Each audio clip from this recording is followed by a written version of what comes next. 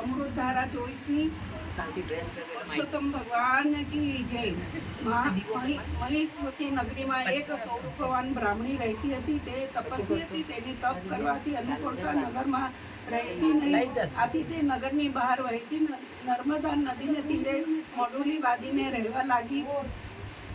એકાત્માને શાંત વાતાવરણમાં જપ તપ શાંતિથી થઈ શકે છે, કારણ કે મન સ્થિર રહે છે અને પ્રભુમય બની જવાય છે. એક વર્ષે પુરુષોત્તમ માસ આવે અને બ્રાહ્મણે આખો મહિનો ઉપવાસ કરવાનો નિયમ લીધો. વળી તેનાથી સરળતાથી વ્રત થઈ શકે તેમ હતું, કારણ કે તેની સેવામાં એક દાસી શુદ્ધ સ્ત્રી 24 કલાક હાજર રહેતી હતી. પુરુષોત્તમ માસના 15 દિવસ તો સરળતાથી પસાર થઈ ગયા.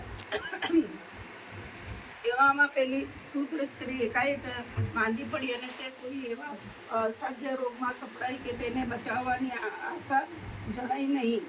બ્રાહ્મણીએ તેને સારવારમાં કંઈ કચાશ રાખી નહીં, તો પણ દાસીનું દર્દ ધીમે ધીમે વધવા લાગ્યો અને એક દિવસ જાતે મૂર્તિના ભણકારા વાગી રહ્યા હોય તેમ દાસીએ બ્રાહ્મણીને કહ્યું, આ તો મારે જિંદગીથી હાથ ધોઈ નાખવાનો વખત આવ્યો છે.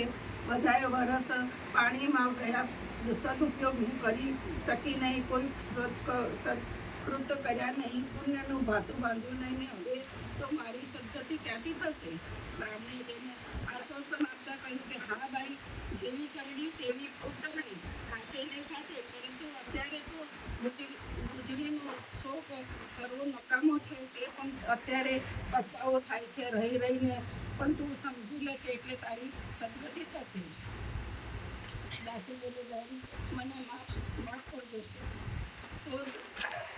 મને માફ કરજો. થાય તે તમારા સગામાં રહેવા છતાં પણ તમને ધર્મ વ્રત કરવાનું સૂઝ્યું નહીં, સત્સંગનો લાભ ઉઠાવ્યો નહીં અને કે સત્સંગની રંગ લાગ્યો નહીં વગર રહેતે. પરંતુ હું આ અભાગની કથિરની કથિર જ રહી, કંચનની સાથે રહી છતાંય કંચનની તો નહીં, પરંતુ તેના જેવી પણ બની નહીં શકી. બ્રાહ્મણીએ કહ્યું, ભાઈ તારું પરભવ પુણ્ય એટલું કાચું છે કે તને કંઈ સૂઝ્યું નહીં. તે જુવાનીમાં તે પ્રભુ ભક્તિમાં ધ્યાન આપતું હોત તો જરૂર તારો જન્મારો સુધરી જાતો. દાસીએ કહ્યું, બહેન મારી એક ઈચ્છા છે કે જો એ પાર પડે તો જરૂર ભવસાગર પાર ઉતરી જાઉં. મને લાગે છે કે તમે જરૂર મારી એ ઈચ્છા પાર પાડી શકશો.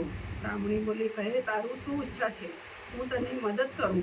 મદદ કરવાનો મારો ધર્મ છે અને પ્રાણી માત્રની ફરજ છે કે એક બીજાને મદદ કરવી હોય તો હું શું કહે છે? દાસીએ કહ્યું, બહેન તમે પુરુષોત્તમ માસમાં ઉપવાસ કરીને રહ્યા છો તો એક ઉપવાસનું ફળ મને અર્પણ કરો, મારું કલ્યાણ થશે. મારું કલ્યાણ થશે. ને એક દિવસના વિમાન સાથે તેને લેવા નીચે આવ્યું. તેમાં ડબલ પાણું તો નહીં હોય, આ રહ્યું એક જ છે. અને એક દિવ્ય વિમાન તેને લેવા નીચે આવ્યું. તેમાં બેસીને દાસી સ્વર્ગ સંચરી. સ્વર્ગમાં ઘણો સમય સુખ ભોગી દાસી પવિત્ર કાશીનગરીના રાણીના પેટે રાજકુંવરી જન્મી અને સુખ વૈભવમાં જિંદગી વ્યતીત કરી તેને કૈલાસવાસી થઈ ગઈ. દાસી તો બ્રાહ્મણીને એક દિવસના ઉપવાસનું ફળ આપ્યું અને તેનું આ રીતે આટલું બધું ફળ મળ્યું. તે તો ભાવિકો પોતે પુરુષોત્તમ માસમાં રોજ ઉપવાસ કરે છે, તેને તો કેટલું ફળ મળે કે તેના ફળથી કોઈ કાંઈ અવધિ જ ન રહે. જુવાની એડે ગઈ, કર્યું ના ધર્મનું ધ્યાન, ગળપણમાં ગઈ આંખ, વચન ન સુણે કાન. આવો પવિત્ર પુરુષોત્તમ માસમાં ઉપવાસનો મહિમા છે.